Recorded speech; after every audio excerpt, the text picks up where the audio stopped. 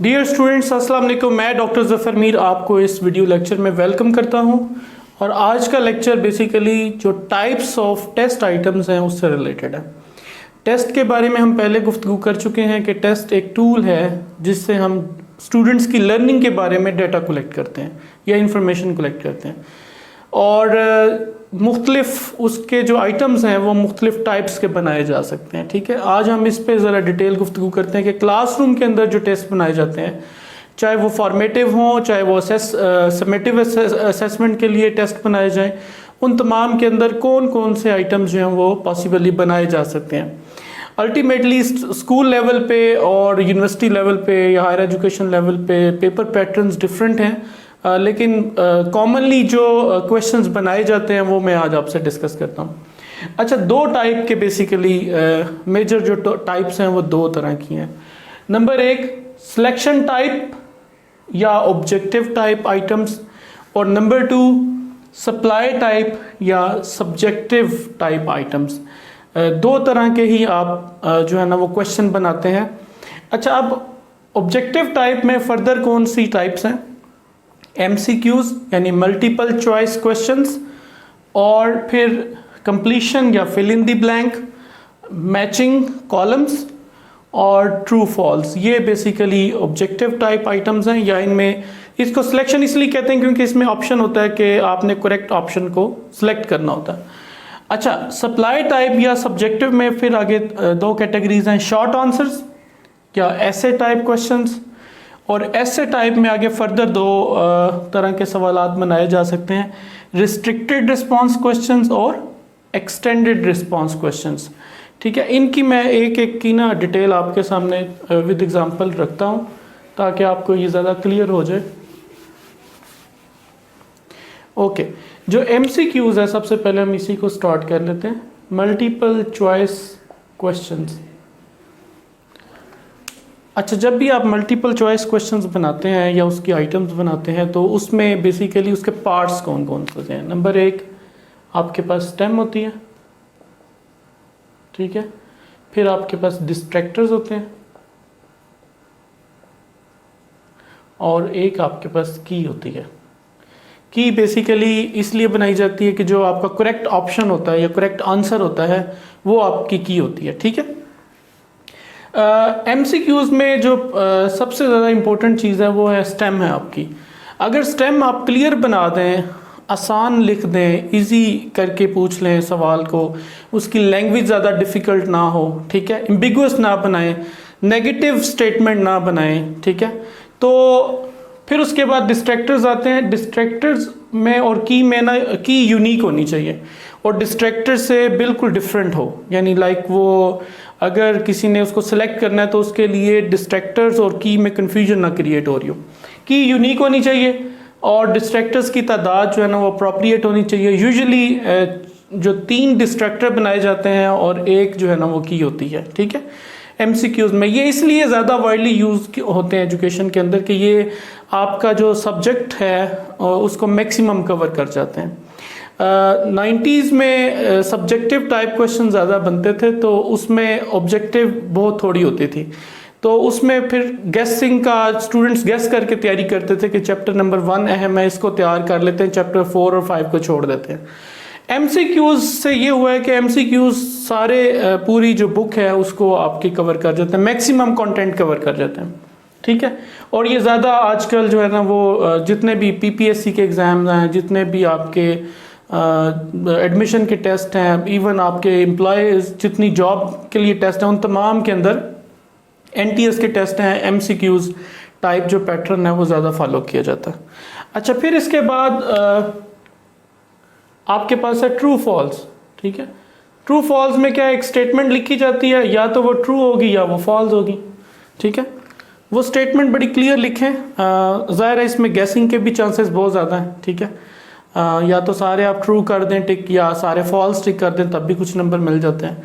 तो true false में एक स्टेटमेंट होगी, या वो ट्रू होगी या वो फॉल्स होगी, आपने सेलेक्ट करना है।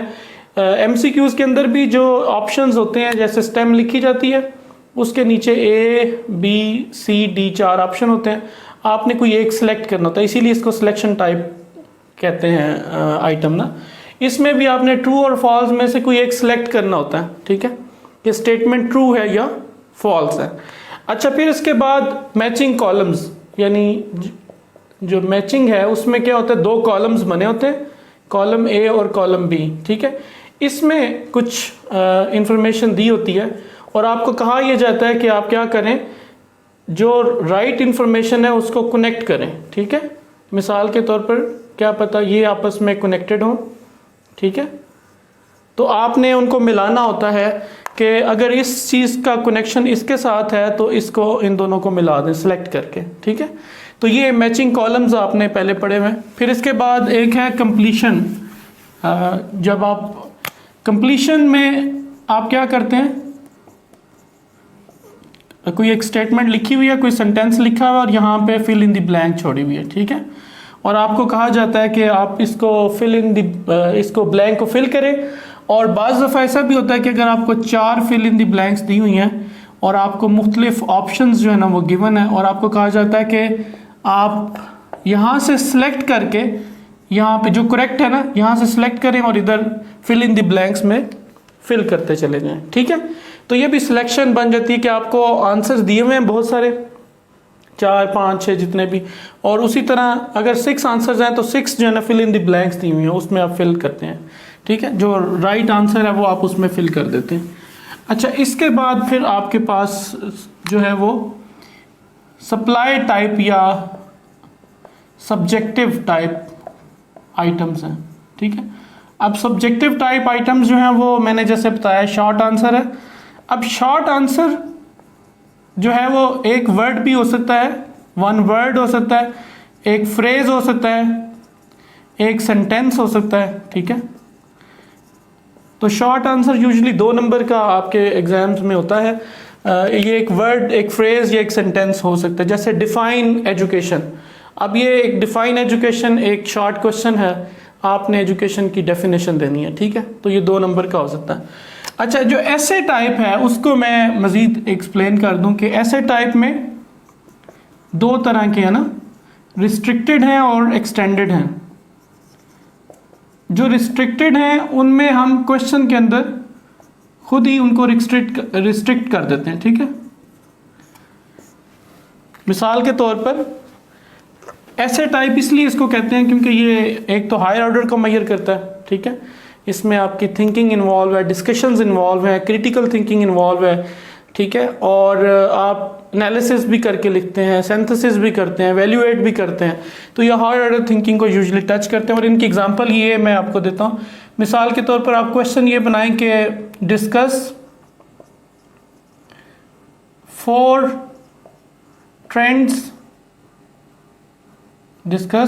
Trends of technology integration in education, ठीक है।